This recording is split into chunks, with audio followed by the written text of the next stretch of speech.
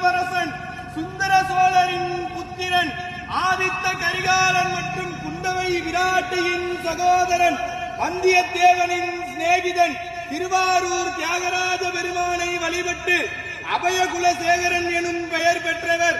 தெற்கே இலங்கை வரை சோழர்கள் நிலையாக விரிவு செய்தவர்.